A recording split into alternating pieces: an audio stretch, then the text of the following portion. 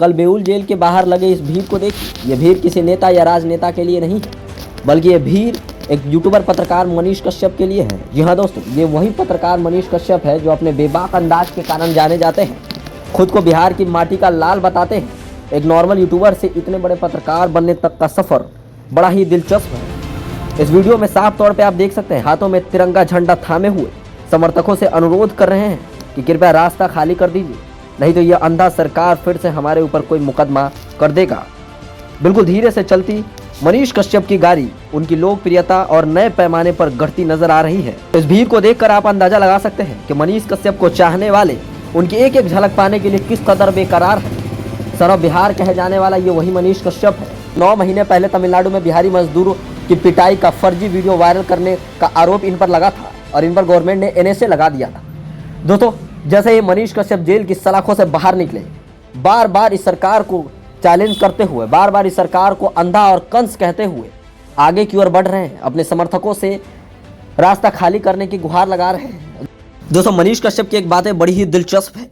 कल जैसे ही बेउर जेल से बाहर निकले, वो अपनी माँ के पास नहीं गए, अपने घर नहीं गए, अपने भाई बहन से मिलने नहीं गए, बल्कि अपने गांव वाले उनकी राह देख रहे थे रात 10, 11, 12 बजे तक। कश्यप का जुनून देखिए।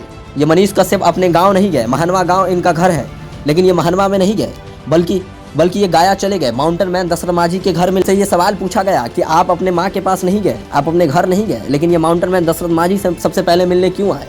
तो इनका जवाब सुनिए। इनका जवाब सुनकर के आप हैरान हो जाएंगे। मनीष बोलते ही मनीष कश्यप का जवाब सुनिए। मैं इस अंधा सरकार को दिखाना चाहता हूं कि धीरे राष्ट्र की तरह आंखों पर पट्टी बांध कर रहोगे तो बिहार बर्बाद हो रहा है।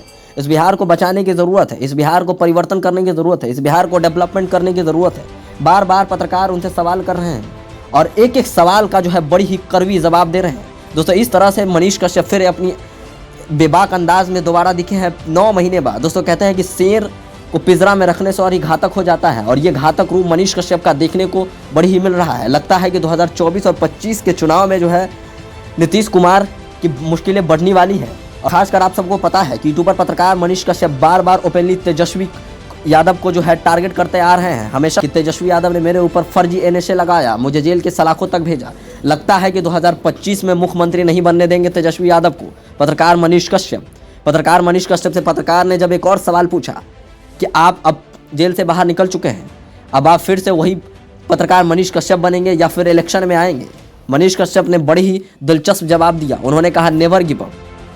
मैं नेता या राजनेता या फिर वही पत्रकार बनकर ज़रूर आऊँगा, लेकिन मैं नेवर गिव अप, मैं पीछे नहीं हटूँगा, मैं गिव अप नहीं करूँगा।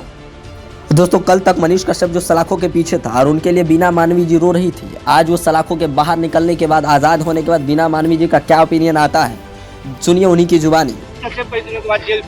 भाई कहने की जरूरत है क्या कुछ इसमें? बचा क्या कहने के लिए? सब कह दिया। आप रो रही थी, आज क्या करने वाली हैं? आज हंसेंगे, सेब बांट रहे हैं, केले बांट रहे हैं, संतरे बांट रहे हैं।